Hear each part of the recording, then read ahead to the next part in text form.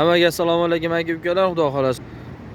Toshkent shahridan chiqqan avtobusimiz Moskva shahriga yetib keldi aka-ukalar. Bu avtobusimiz mana odamlarimiz to'sa to'lmas yuradi. Ichida 5-6 odamlar bo'ldi, xudo xolasa jo'nab ketiladi aka-ukalar. Kimdir dokumenti yo'q bo'lsa yoki Zaloto Koronadan qarzi bo'lsa, xudo xolasa yordam berib olib ketamiz. Mana akalarimiz ketyapti inshaalloh. Mana avtobusda ichki holat. Bugun avtobusda nechta odam bo'lsa ham yurib ketadi, to'sa to'lmasa. Har bitta o'rinda zaryadchi. Joylari keng, sidinalari 70-80% yetadi. Kuzatuv kamera, ikkitadan televizorlari bor.